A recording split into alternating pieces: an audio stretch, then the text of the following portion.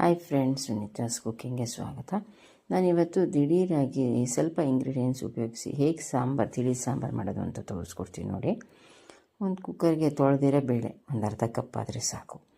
ಅದಕ್ಕೆ ಒಂದು 3-4 ಎಸಳು ಬೆಳ್ಳುಳ್ಳಿ ಮತ್ತು ಬೇಳೆ ಮತ್ತು ಹಾಗೆ ಸ್ವಲ್ಪ ಕರಿಬೇವಿನ ಸೊಪ್ಪು, 1-2 ಹಸಿಮೆಣಸಿನ್ಕಾಯಿ ಮತ್ತು 2 ಬ್ಯಾಡಗಿ ಮೆಣಸಿನ್ಕಾಯಿ, 1-2 ಖಾರ ಮೆಣಸಿನ್ಕಾಯಿ, 2 ಹುಳಿ ಟೊಮೊಟೊ, ಸ್ವಲ್ಪ ಮೆಣಸು ಮತ್ತು ಸ್ವಲ್ಪ ಜೀರಿಗೆ ನೋಡಿ. ಇಷ್ಟನ್ನು ಹಾಕಿ ಕುಕ್ಕರಲ್ಲಿ 1-2 ವಿಸಿಲ್ ಕೂಗಿಸ್ಕೊಬಿಡೋದು.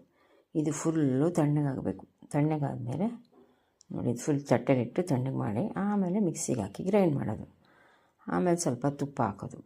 ತುಪ್ಪಕ್ಕೆ ಸ್ವಲ್ಪ ಸಾಸಿವೆ ಮತ್ತು ಸ್ವಲ್ಪ ಕರಿಬೇವಿನ ಸೊಪ್ಪು ಹಾಕಿ ಸ್ವಲ್ಪ ಹಿಂಗು ಮತ್ತು ನಾವು ರುಬ್ಬಿದ್ದೀವಲ್ಲ ಮಿಶ್ರಣ ನೋಡಿ, ಎಷ್ಟು ಕೆಂಪು ಕಾಣ್ತಾ ಇದೆ.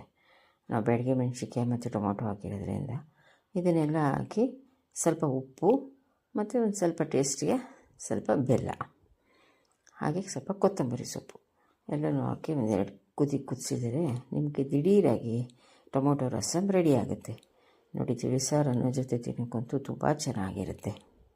ಮೆಣಸು ಜೀರಿಗೆ ಉಪಯೋಗಿಸಿರೋದ್ರಿಂದ ಚಳಿಗಾಲಕ್ಕಂತೂ ತುಂಬ ರುಚಿಯಾಗಿರುತ್ತೆ. ನೀವು ಟ್ರೈ ಮಾಡಿ. ಇಷ್ಟೊತ್ತು ನನ್ನ ವಿಡಿಯೋ ನೋಡಿದ್ದಕ್ಕೆ ಧನ್ಯವಾದಗಳು. ಲೈಕ್ ಮಾಡಿ, ಶೇರ್ ಮಾಡಿ, ಸಬ್ಸ್ಕ್ರೈಬ್ ಮಾಡಿ. Thank you.